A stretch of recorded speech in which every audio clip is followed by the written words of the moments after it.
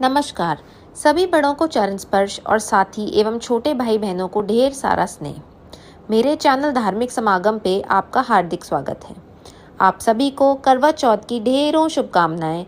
और जो भी महिलाएं आज करवा चौथ का ये पर्व मना रही हैं या अपने सुहाग की लंबी उम्र के लिए व्रत कर रही हैं, मैं उन सब के लिए भगवान से प्रार्थना करती हूँ कि वे आपका सुहाग सदा बनाए रखें और आपके जीवन में ढेरों सारी खुशियाँ भर दें। आपकी सभी मनोकामनाएं पूर्ण हों। आज की इस वीडियो में मैं आपको बताने जा रही हूँ करवा चौथ व्रत करने की विधि, व्रत कथा और कुछ खास बातें जिनका आप ज़रूर ध्यान रखें। तो चलिए सबसे पहले जानते हैं करवा चौथ व्रत के बारे में कुछ महत्वपूर्ण बातें। कार्तिक कृष्ण चतुर्थी को सौभाग्यवती स्त्रियां सुहाग, पति के स्वास्थ्य, आयु व मंगल कामना के लिए करवा चौथ का व्रत करती हैं। ये व्रत सौभाग्य और शुभ संतान देने वाला है।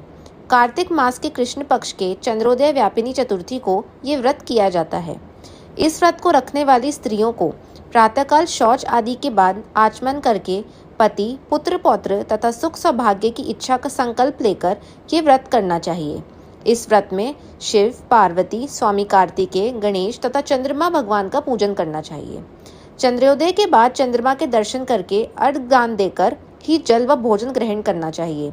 पूजा के बाद तांबे या मिट्टी के करवे में चावल, उड़द की दाल, सुहाग की सामग्री यानी कि कंघी, शीशा, सिंदूर, चूड़ियाँ तथा रुपए रखकर दान करना चाहिए और सासू जी के पांव छूकर फल, मेवा व सुहाग की सारी सामग्री उनको देनी चाहिए।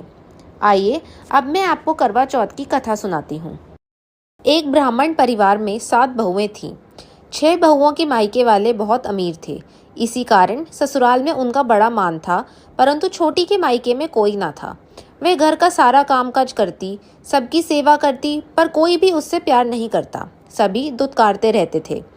तीज त्योहारों पर भी जब उसके मायके से कोई नहीं आता था तो वह बहुत दुखी होती थी। हर वर्ष की तरह इस वर्ष भी करवा चौथ का व्रत आया। अन्य बहुओं के मायके से उनके भाई करवा लेकर आए, पर छोटी के मायके में यदि कोई होता तो ही करवा लाता।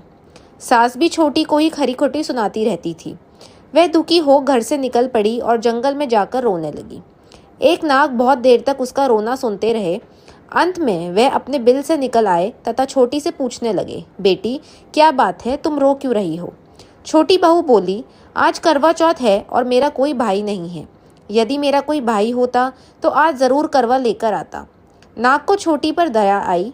नाग ने कहा, बेटी तुम घर चलो, मैं अभी करवा लेकर आता हूँ। थोड़ी देर बाद नाग ससुराल पहुँचे। ससुराल वाले इतना सामान देखकर चकित रह गए।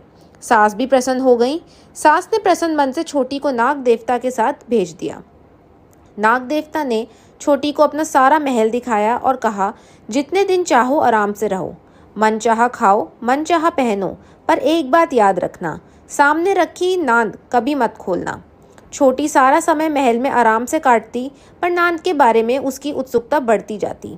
एक दिन जब घर में कोई ना था, तब उसने नांद को उठाकर देखा तो हजारों छोटे छोटे सांप के बच्चे इधर उधर रेंगने लगे। उसने जल्दी ही नांद ढक दी। जल्दी में एक सांप की पूंछ नांद के नीचे आकर कट गई। शाम को नाग के आने पर छोटी ने अपनी गलती स्वीकार कर ली। नाग ने भी उसे क्षमा कर दिया। जब छोटी ने ससुराल जाने की इच्छा की तो उसे धन, रत्न आदि देकर विदा कर दिया। छोटी बहू अपने ससुराल में जाकर बहुत खुश थी और उसे बड़ी इज्जत मिलने लगी। जिस सांप की पूंछ कटी थी उसे भी सभी भंडा कहकर तंग करते थे। एक दिन उसने अपनी माँ से पूछा कि मेरी पूंछ कैसे कटी है। माँ ने कहा कि छोटी नान उठाने और जल्दी से रखने में ही तुम्हारी पूंछ कटी है। तो वह बोला कि मैं छोटी से बदला लूँगा। माँ के बहुत समझाने पर भी वह एक दिन चुपचाप छोटी के घर जा छुपा और मौका पाकर उसे काटने की सोचने लगा। वहाँ छोटी और उसकी सास में किसी बात पर बहस हो रही थी तो छोटी कसम खाकर कह रही थी कि मैंने ऐसा नहीं किया। वह कह रही थी कि मुझे भंडा भैया से प्यारा कोई नहीं है और मैं उनकी कसम खाकर कहती हूँ कि मैंने ऐसा नहीं किया। बंडा ने जब ये सुना तो सोचने लगा कि जो बहन मुझसे इतना प्यार करती है, मैं उसे ही काटने आया हूँ। वह चुपचाप घर चला गया। माँ ने पूछा, ले आए बहन से बदला? वह कहने लगे, माँ बहन से कैसा बदला? तभी से बंडा भैया व छोटी बहन हुई भाई प्रति वर्ष करवा चौथ के दिन करवा लेकर जाते। वह बहन बड़े प्यार से करवा चौथ का व्रत करती। इसी तरह करवा चौथ की कथा संपूर्ण हुई। चलिए अब मैं आपको बताती हूँ कुछ बातों के बारे में जिनका आपको करवा चौथ के व्रत के दौरान ध्यान रखना है। करवा चौथ के दिन व्रत खोलने के बाद लहसुन प्याज का प्रयोग ना करें। कोशिश करें कि आपका भोजन एकदम सात्विक हो। इस दिन नीले, काले और ग्रे रंग के वस्त्र ना पहने और लाल, पीले, गुलाबी जैसे खिलते हुए रंग पहने। करवा चौथ के दिन किसी भी धारीदार चीज़ का प्रयोग ना करें और इस दिन ब्रह्म मुहूर्त के बाद किसी भी चीज़ का सेवन ना करें। यानी कि अगर आप सरगी करते हैं तो सूर्योदय से होने से पहले ही आप सरगी कर लें और उसके बाद ना तो कुछ खाएं और ना ही कुछ पिएं। मैं आशा करती हूँ कि करवा चौथ का ये पर्व आपके जीवन में ढेर सारी खुशियाँ लाएगा और आपकी सभी मनोकामनाएं भगवान ज़रूर पूर्ण करेंगे।